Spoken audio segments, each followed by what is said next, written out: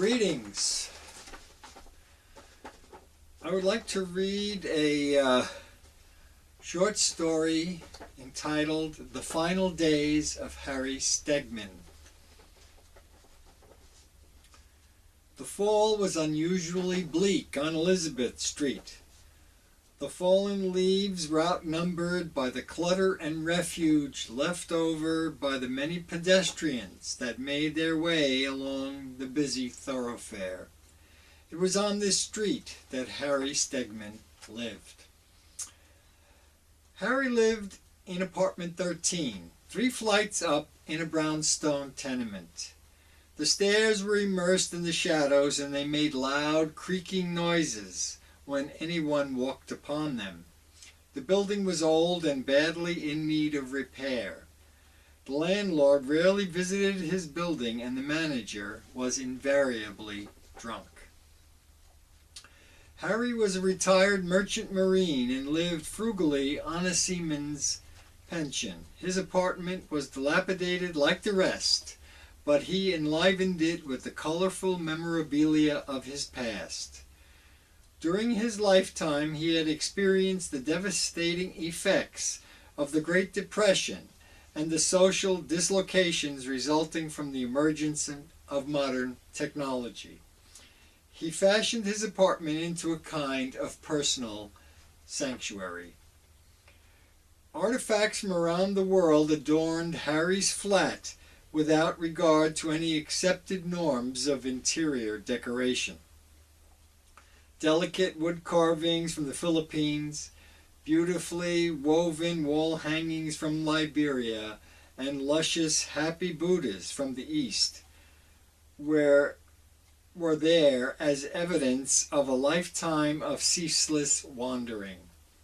These objects earmarked a time that was well in the past, for Harry was now old and sickly, plagued by an arthritis that had its origins in his youth during his many crossings of the North Atlantic. Also, Harry, so often captivated by a seaman's promiscuity, had repeatedly contracted gonorrhea, and it was only in his later years that these excesses made themselves felt. His liver was beginning to trouble him as bourbon was Harry's most trusted ally. This flat had become for him his latest ship, and he, as its captain, tossed about in a sea of dreams and memories. On the wall opposite his bed hung a very special photograph of himself as a young man in Boston, with his sweetheart, Sally Ritter, by his side. Sally had the misfortune of marrying Harry, whose heart always belonged to the sea. Whenever Harry looked upon that photograph, he did not feel regret, but a kind of knowing melancholy. How those youthful dreams so quickly withered! How the force of personality drove one to such extreme behavior, abandoning love for the inexplicable urge.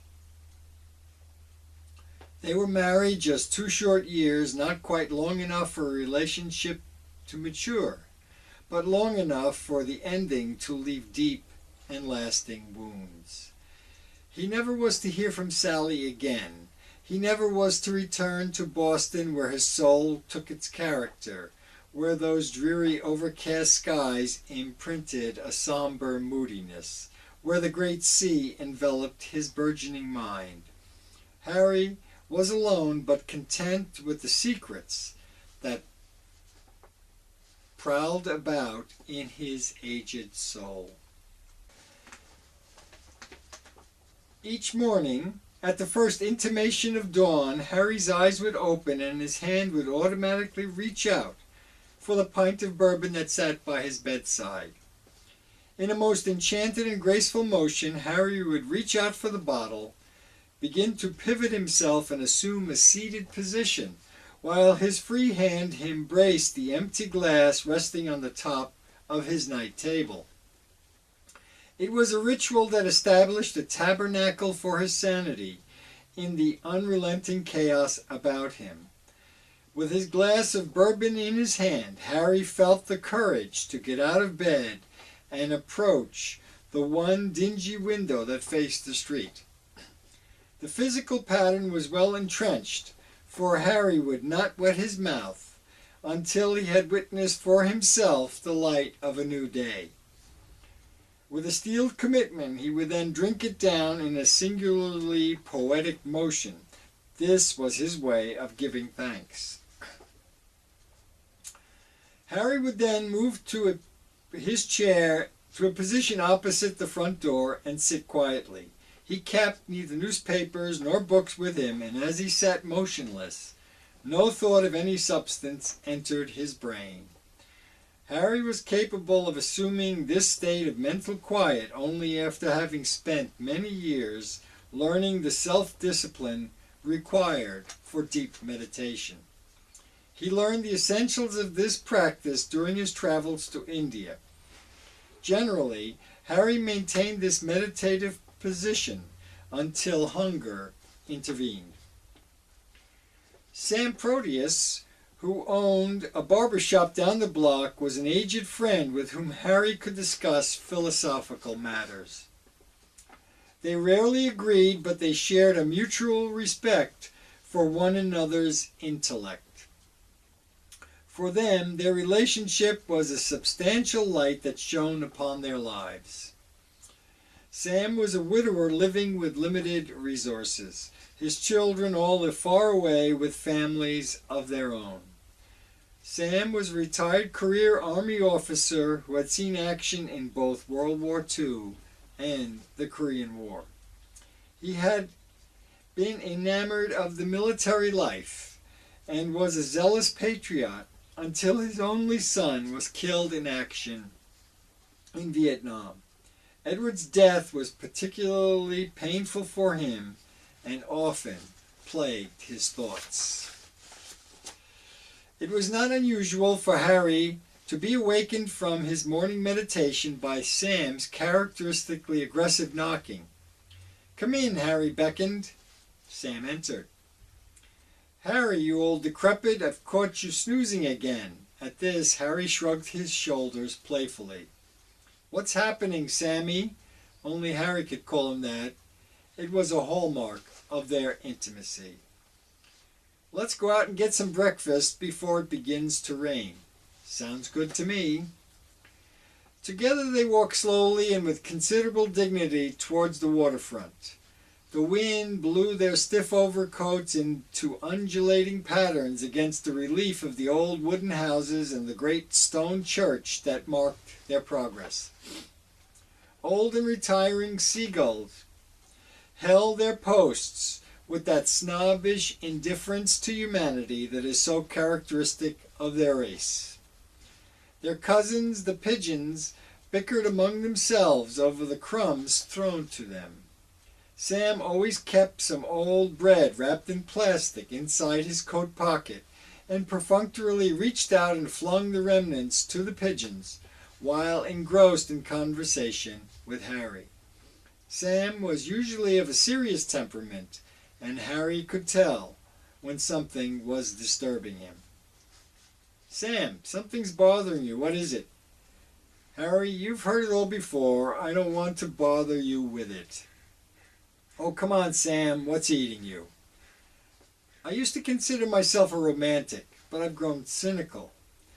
I'm not as sure about humanity as I used to be." "What do you mean?" Harry asked. "Well, you know how much I follow the news. I used to consider myself a patriot, but after Edward was killed, I just don't anymore. I still feel responsible for his death." "But Sam, it really hasn't been that long." "If I hadn't been so outspoken about God and country, maybe he wouldn't have volunteered. And maybe he would still be alive today. Harry, it's hard having to bury your own son. It just ain't natural." At this point, Sam's voice became tremulous and he dropped off into a deep silence. Harry, feeling his friend's pain, gently put his arm around Sam's shoulder. "Sam, that must have been hard, but you shouldn't be so tough on yourself. Sure, you could have acted better if you had known the future. Look, you've been pretty lucky to have had a son and to have all those memories. I have only myself to look back upon." Sam looked up at his friend with an appreciative and loving glance. He felt as if a heavy weight had been lifted from him, and for that brief moment the cold did not touch them. Together they continued their walk, carrying a warm silence between them. The seaside restaurant was now in sight at the bottom of the hill. Harry and his friend entered and sat down at the counter. "Good morning, gentlemen," the young waitress greeted them, approaching with the morning paper. "Hello, Trudy," Sam responded, reaching for the paper. Trudy epitomized that vivacity and optimism of youth that is both endearing and contagious. Both Harry and Sam appreciated her vitality and felt its beneficial influence. "Trudy," Harry said, "bring us some coffee." She soon returned with the coffee and asked, "Should I bring you boys the usual?" By this time, Sam was totally engrossed in the paper, and Harry ordered for the both of them. As they were eating, Harry sat facing a huge picture window that looked out over the water. His eyes gravitated towards that view. Sam, on the other hand, was buried in the sports page.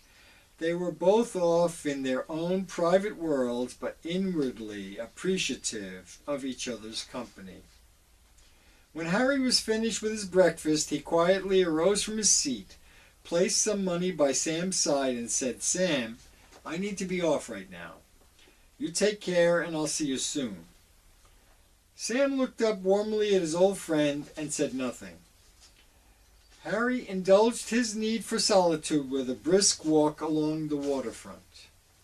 The smell of the sea, the salt winds, and the lumbering vision of the big ships delivered to his mind a panorama of sensations that seemed to reflect the true nature of things. As he stood with his face thrust towards the wind, his eyes filled with a subdued light reflected from the heavy water-laden clouds. Seagulls paraded about with their false aristocracy, while beneath this pretense resided the slothfulness of poor fishermen. His mind thrilled to these sensations not only because of their familiarity, but also because such images had a way of stilling Harry's mind and quieting his anxieties. It was during such moments that Harry could feel the power of reality, undisguised and without pretense. It was during such moments that Harry could foresee his death with an objective clarity. He could sense the frailty of his aging body and knew how it longed to lie down forever. Paradoxically, it was after such close encounters with himself that Harry was infused with a new vitality, childlike and seemingly invincible. His gait quickened, his breath deepened, even his heart beat less laboriously as Harry made his way back to his rooms. He spent the rest of the afternoon meditating and took a brief nap. When he awoke, his thoughts fell happily upon Sue. He was familiar with her working schedule and knew that tonight she would be at the all-night tavern. Harry showered, dressed, and got ready for what he hoped would be a memorable evening. The all-night tavern was a notorious hangout for landed sailors. About the darkened room dominated by the bar were cheapened ornaments of the seafarers' trade. Harry cared for none of that, but headed straight for the bar where Sue was working. Sue had an imposing figure, an apparition from one of Chaucer's bawdy tales. Her features portrayed an expression that was suggestive though reserved and cautious. She was not a woman who was stupidly reserved, for she was full of spirit. It was a spirit smartly embroidered with a woman's charm and guile. Sue pursued her own interests in a way that did not deny pleasure to others. She was certainly admired. As Harry stepped up to the bar across from her, Sue greeted him. "Hello, Harry. How are you these days?" "Fine, very fine," Harry responded with a broad, beaming smile on his face. "What will it be then?" "Well, for now a Seagram's and 7 will do." As Sue went to fill his request while interacting with the other customers, Harry could not take his eyes off of her. She was well aware of his attention and found it quite flattering, for she liked Harry a great deal. When she returned with Harry's drink, Harry leaned over the bar and said, "Sue, honey, can you go out with me tonight?"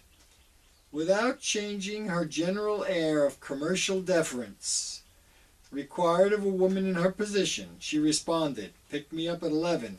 That's the end of my shift."